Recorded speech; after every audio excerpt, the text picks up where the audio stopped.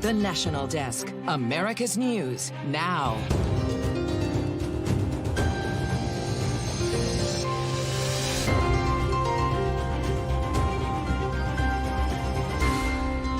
It is day 2 of the DNC. Who's set to speak tonight on the convention floor, and why law enforcement is working in overdrive to assess new threats just outside. I hope that this is an agreement that both sides can come to, but I'm not optimistic that will happen. Ceasefire talks on shaky ground despite a big diplomatic push by the Biden administration. Where the talks stand and the grim reality brought on by a 10-month-long war. And a concerning report on the state of fertility across the country. Inside, the negative trends for mothers poised to impact generations to come.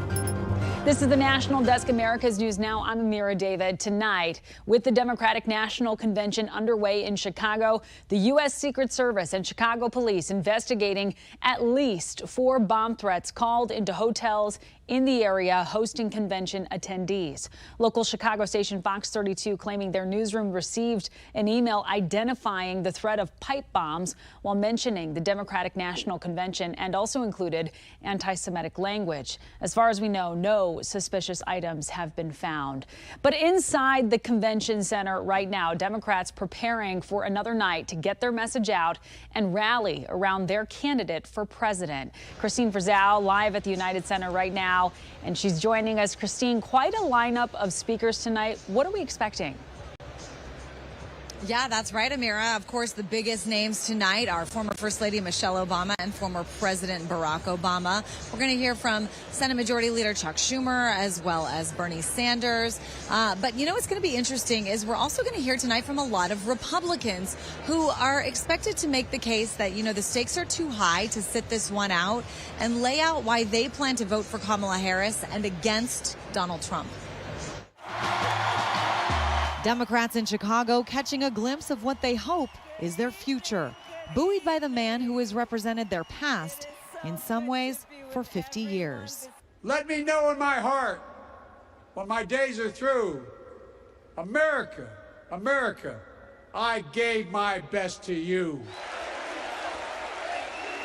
The first woman to clinch a major party's presidential nomination on stage Monday to draw a contrast between Vice President Kamala Harris and the man who she also ran against. On the other side of that glass ceiling is Kamala Harris raising her hand and taking the oath of office as our 47th President of the United States.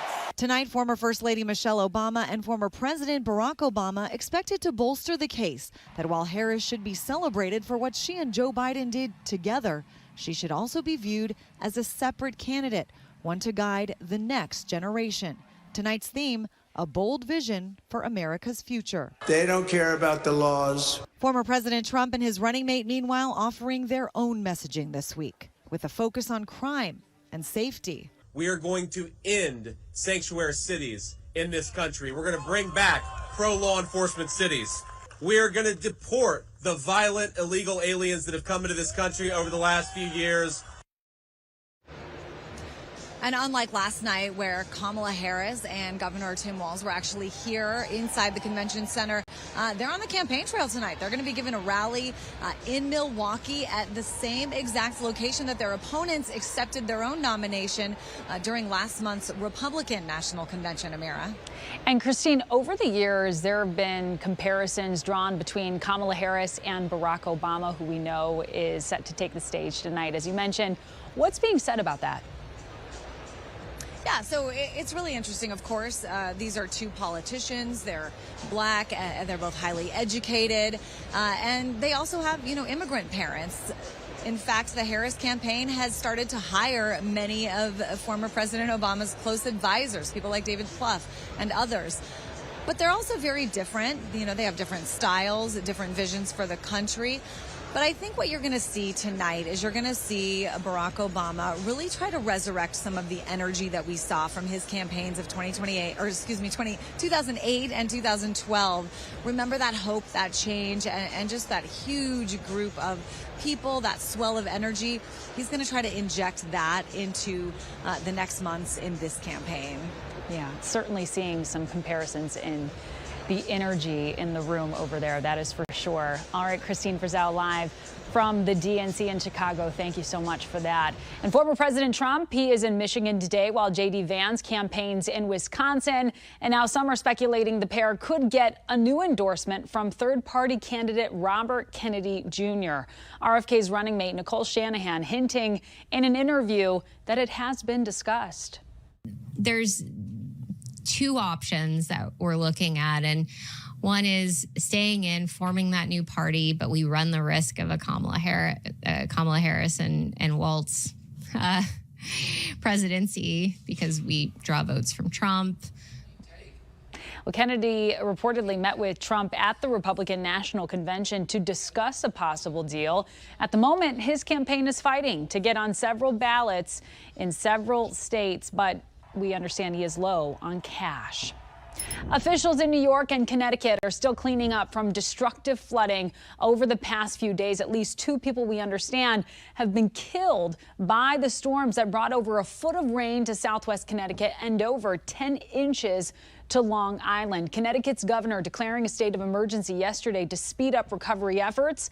Many roads still closed there today. Stony Brook University in New York canceled move-ins today and yesterday because of damage to the campus. New Hampshire's Attorney General suing the state of Massachusetts on behalf of 2 New Hampshire residents arrested in Massachusetts for carrying firearms without a state permit. Attorney General John Formella cited a Lowell District Court ruling that said Massachusetts couldn't prosecute out-of-state residents, but the Massachusetts prosecutor appealed that decision, saying the men didn't apply for a non-resident license. The Supreme Judicial Court of Massachusetts will hear the case on September 9th. The Federal Aviation Administration now mandating inspections of hundreds of Boeing 787 Dreamliners following a serious flight disruption in March. A LATAM Airlines plane suddenly plunged down and injured at least 50 people. Similar issues were reported to the FAA 4 more times since then. The inspections must be done within 30 days. A Boeing rep said they support the requirement. And tonight, a new report out of the Homeland Security Department internal watchdog that says the Immigration and Customs Enforcement Agency has lost track of tens of thousands of unaccompanied migrant children in the past 5 years. The watchdog calling for immediate action. ICE officials agreed with part of the report, but said it didn't cover certain structural challenges that hinder the ability to track migrant children. Hotels are supposed to be a safe place to stay away from home, but a lawsuit in Florida claims that a series of hotels owned by some major chains knowingly took part in a sex trafficking scheme. The National Desk's Victoria De Cardenas with more. Yeah, this 152-page lawsuit details the traumatic sex trafficking nightmare of a young girl and accuses well-known hotels like Wyndham and Holiday Inn & Suites of aiding and abetting child sex trafficking operations. And a local human trafficking advocate says hotels are trained to spot a victim in need. Last month, the Travis Walker Law Office in Stewart filed a lawsuit against several nationally known hotels, online classified websites, and several men for their role in sex trafficking a minor. According to this lawsuit, it alleges the websites and hotels used to help traffic a 16-year-old Florida girl were complicit in those crimes. It claims back in 2017, the teenage Jane Doe was being sold for sex by her drug-addicted mother and used hotels near Gainesville for meetups. In total, 8 men were arrested and charged with sex crimes against a minor, including a Delray Beach man. Lawyers for the girl argue hotels have a unique position to be able to identify and prevent sex trafficking. Becky Diamond with Lighthouse of Palm Beach County, a nonprofit that helps sex trafficking victims re-enter society, agrees. There is a pattern that they can identify, a pattern that it was this gal came in with 5 different guys to the same hotel. Yeah, absolutely. Both Becky and the lawyers in the suit point out hotels have trainings, policies, and protocols if they suspect someone is being trafficked. In a statement to CBS 12 News, IHG hotels say they require hotel staff to take anti-human trafficking training annually and have several partnerships with nonprofits to raise awareness about human trafficking in hotel communities. But Becky says training without action could cost someone their life. The bottom line is that most trafficking cases get reported because someone sees something odd. They see something and go, that's not right. And the plaintiff in this case is suing each defendant, including the men arrested and the hotels listed in the lawsuit, for $75,000. Lawyers for Jane Doe say she is dealing with severe mental distress and several health issues related to being trafficked. Back to you. Illinois has banned corporal punishment from all schools. Students will not be allowed to be disciplined by paddling, spanking, or hitting, or any other physical means. But the new law doesn't take effect until January. Illinois may come as a surprise to you. Illinois, just the 5th state in the country to prohibit teachers from laying hands on their students. New Jersey, New York, Iowa, and Maryland are the others. Walt Disney Parks and Resorts reversing course on a wrongful death lawsuit, now saying the matter can be decided in court instead of just arbitration. According to the lawsuit, Jeffrey Piccolo's wife died from a severe allergic reaction after they dined at a resort restaurant last year. Disney initially argued that since Piccolo signed a waiver to use Disney Plus streaming years prior, that he could not sue because the waiver requires users to settle all disputes with the company in arbitration only. But after significant criticism, the company waived its right to arbitration, now saying it wants to, quote, expedite a resolution for the family. Piccolo is seeking $50,000 in damages from Disney under Florida's Wrongful Death Act. New Jersey Senator Bob Menendez's resignation takes effect today. He was convicted of accepting bribes last month, but he is appealing that ruling. Governor Phil Murphy says he plans to appoint his former chief of staff, George Helmy, to finish out Menendez's term, which ends in January. He is currently an executive at a healthcare provider in New Jersey. Helmy also served as an aide for U.S. Senator Cory Booker and former U.S. Senator Frank Lautenberg. Coming up, a grim new discovery by Israel's military and the latest steps the U.S. is taking to try and bring an end to the war with Hamas. Then a troubling change in prenatal care for pregnant women and the impact it is having on babies and mothers. And later, why officials in Oregon are concerned about a certain type of beetle spreading and what they're doing about it.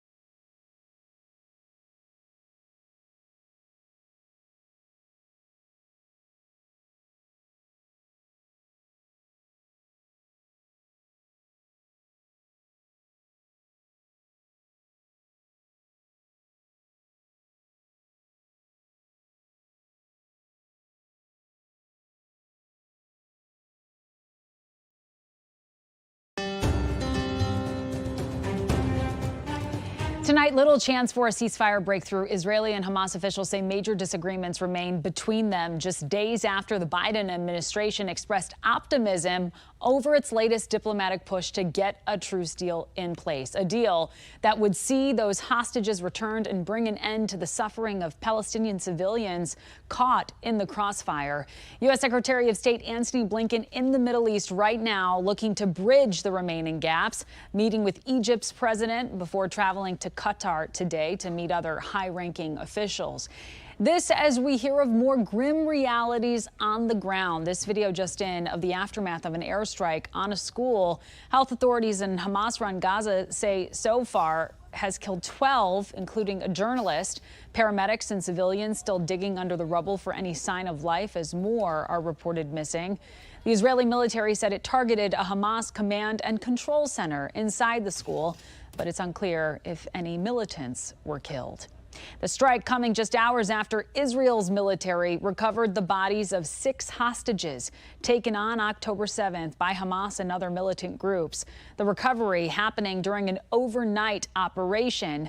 It remains unclear how or when the hostages died, but Israel estimates more than 100 people are being held captive there right now in Gaza, and that 1/3 of them are believed to be dead. More and more Americans becoming worried that they will lose their job. That's according to a new survey just released by the Federal Reserve Bank of New York. The National Desk's Jeff Harris explains why fears continue to grow. Part of the reason is unemployment increasing to 4.3% in July, which equates to 7.2 million people. But experts I talked with say, aside from unemployment, there could be a few other reasons Americans may be worried. According to that survey by the Federal Reserve Bank of New York, fear over becoming unemployed increased to 4.4%. A statistic David Sikora, a management professor, tells us could be because of inflation. If something does happen to their job, are they going to have the necessary funds available to take care of themselves and their families? But not just inflation. Sikora says resizing could also be a factor. They either are in an industry that perhaps is undergoing some job cutbacks or job losses now, or they know people perhaps who are in companies that are going through some sort of job losses. However, Tom Smith, a finance professor at Emory University, believes there isn't a lot of evidence that Americans should be worried. The unemployment rate is still incredibly low. And when I talk to people in industry, people who are in human resources, they're doing a lot of recruiting at this point. Plus, Smith says if you take a step back and truly understand your value at the company, you'll know whether or not there's a reason to be concerned. I suspect that once you understand how productive you are or aren't, you can reset your expectations about keeping your job or losing your job. Now, in that same survey, Americans also reported feeling that there are still opportunities out there, and the average expected likelihood of receiving at least one job offer increased from last year. I'm Jeff Harris reporting from Washington. Jeff, thanks. Fertility rates in the U.S. reached an all-time low in 2023, according to new data out of the CDC. The general fertility rate fell 3% in 2023 from 2022 and by 21% since 2007, the most recent high. The report also says overall births declined by 17%. The data shows births are continuing to shift to more advanced ages when it comes to the mother between 30 and 34, while the teen birth rate has dropped to a record low. Meanwhile, according to the CDC, the number of pregnant women going without prenatal care in the U.S. is growing. The number of women receiving no prenatal care rose to 2.3% in 2023, up by 5% over 2022. Medical experts say the slight increase can be detrimental to both baby and mom, as there is extensive baby monitoring during each pregnancy. More than 720,000 BMWs are being recalled because of a problem with the water pump that could cause a fire. The water pumps aren't sealed well, so fluid could get onto the electrical plug connector. The recall covers cars made between 2012 and 2017, including some X1s, X3s, and X5s, among some others. In your health alert, the power of emotional support in the fight against cancer. Medical reporter Liz Bonis with a breast cancer survivor on the substantial difference it can make. Hey there, everybody. When Santrina Fletcher was diagnosed with breast cancer, her friends and family launched Santrina Strong. You see, Santrinas learn no matter what you're facing, you need to be positive first. That's not always been easy, she admits. While her targeted treatment is showing promising results, I've only had one follow-up scan, and at first it looked pretty scary. It looked like my disease was progressing, but instead it was my bone healing because I have cancer in my bone. The emotional side has a lot of ups and downs, she told me here at her medical spa, Kentucky's Derma Lounge. But she's learned. You need to ask for support when you need it. That is number one, because without that, you really can't go on. And thanks to friends and family such as Rob Trump and Jennifer Voorhees, whose husband also is a cancer survivor, that support has come through. It's the simple things, because the little things go the longest way. Together, they've raised money for Santrina and her family to go on a summer vacation. And more recently, they started Santrina Strong, encouraging all of us to support survivors. I knew that one person wasn't going to be able to get her through it, so the more people that we got to rally around her and just to be a support, like a phone call, a lunch, drop by and give her a gift, and then what can we do to help pay your bills? A future golf tournament for Santrina Strong is now planned, and together they're raising awareness of the need for early detection. She did a coaching class probably about 4 months ago, and just from that, women went and had their exams. The real message, Santrina says, support saves lives. To me, that is more than if you won the lottery. It is more than if I got a fancy car. It is more than if I had a fancy house. It means so much to me that I don't need anything. That's all I need. Now, if you feel like you don't have this kind of a support system, several organizations, including the American Cancer Society, do offer support groups. It's a great place to start if you need those to rally with you. With your health news, I'm Liz Bonus reporting. Liz, thank you. Coming up, the new way scammers are stealing millions of dollars from people getting SNAP benefits. We'll be right back.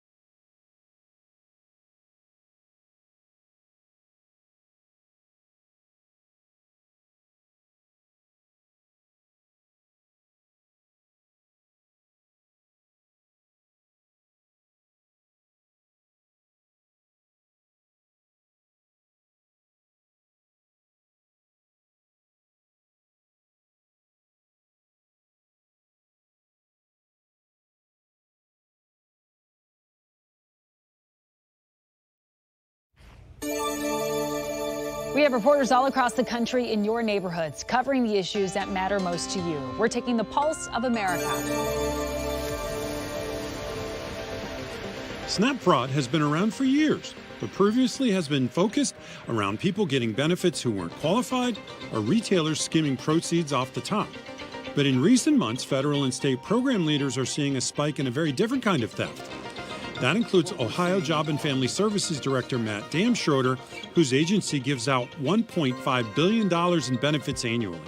A lot of what we're seeing right now is kind of these skimming devices that criminals put on point-of-sale systems, at grocery stores and other places. That's right, skimming devices, much like the ones law enforcement warns about on gas pumps and other outside locations.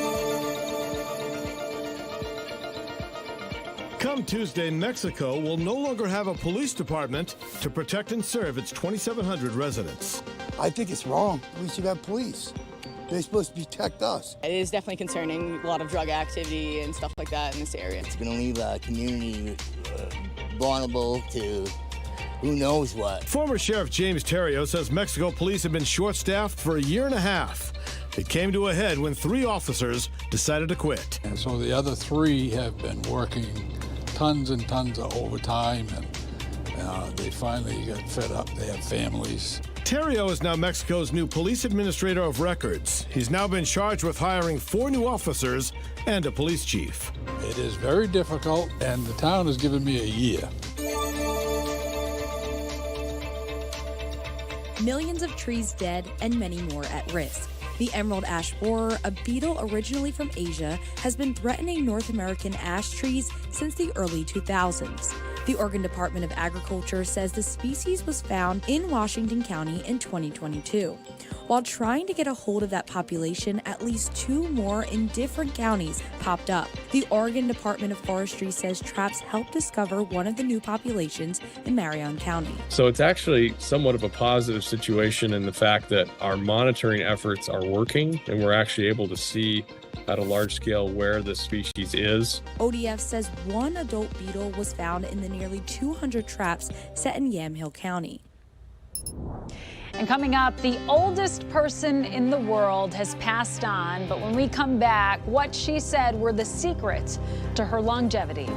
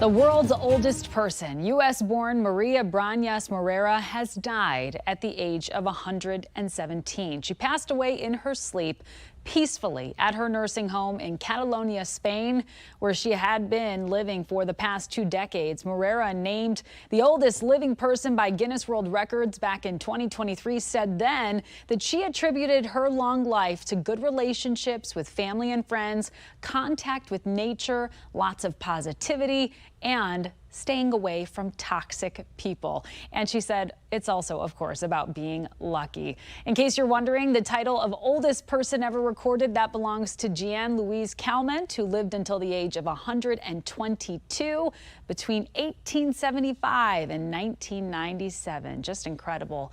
That does it for this edition of the National Desk. We invite you to join us again this evening for more coverage from the DNC. Have a great night.